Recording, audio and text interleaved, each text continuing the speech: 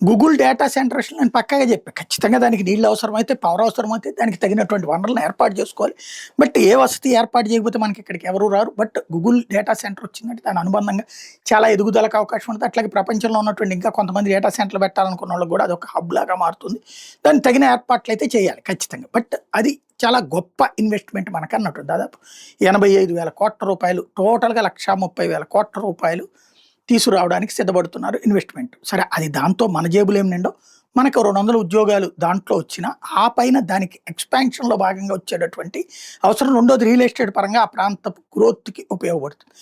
అట్లాగే బీపీసీఎల్ వాళ్ళకి సంబంధించినటువంటి ఇన్వెస్ట్మెంట్ రిఫైనరీ 85,000 కోట్ల రూపాయల పెట్టుబడులతో వాళ్ళొస్తున్నది. అది రాష్ట్ర చరిత్రలో అతిపెద్ద ఇన్వెస్ట్మెంట్స్. అది గాని, ఇది గాని. ఇప్పుడు ఇంకా పెద్దదేదో ఇన్వెస్ట్మెంట్ రాబోతుంది. ఢిల్లీ సర్కిల్స్‌లో వినబడుతున్నటువంటి మాట ఏంటంటే, మోడీ సర్కార్, ఇక్కడ బాబు సర్కార్, బాబు గారు ఎవరైనా భారీది పెడతాము, మాకు ఈ వస్తువులు కావాలంటే వెంటనే బాబు గారు అటు అశ్విని వైష్ణవ్‌తోనో, లేకపోతే నిర్మలా సీతారామన్‌తోనో, అవసరమైతే అమిత్ షాతోనో మాట్లాడేస్తున్నారు. కావాలంటే లోకేష్ ఎళ్లి మరీ కూర్చొని చేస్తున్నారు. ఇప్పుడు ఫర్ ఎగ్జాంపుల్ దాని పేరేంటది, అనకాపల్లి దగ్గర స్టీల్ ప్లాంట్‌కి సంబంధించి దానికి పర్యావరణ అనుమతులు, లేకపోతే ఇతరత్ర అనుమతులకి ఇబ్బంది ఎదురవుతుంటే అటు ఒరిస్సా వాళ్ళు, లేకపోతే ఛత్తీస్‌గఢ్ వాళ్ళు, ఇట్లాంటి వాళ్ళు ఇంకో 2, 3 రాష్ట్రాలు అనుకున్నారు. ఫస్ట్ అసలు అక్కడే అనౌన్స్ చేశారు కూడా.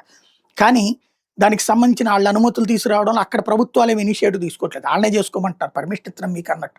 బట్ లోకేష్, చంద్రబాబు గారు కనీసం 4, 5 సార్లు అటు మోడీని గాని, మంత్రుల్ని గాని కలిసి దానికి క్లియరెన్స్‌లు తెప్పించారు. అందువల్లనే వాళ్ళు ఇక్కడికొచ్చి పెడుతున్నారు అనకాపల్లిలో. అట్లాగే అంటే అదొక దాదాపు 1,00,000 కోట్ల రూపాయల ఇన్వెస్ట్మెంట్. ఇప్పుడు మరొక భారీ ఇన్వెస్ట్మెంట్ ఆంధ్రాకి రాబోతోంది అన్నటువంటి పాయింట్ చెప్తున్నారు.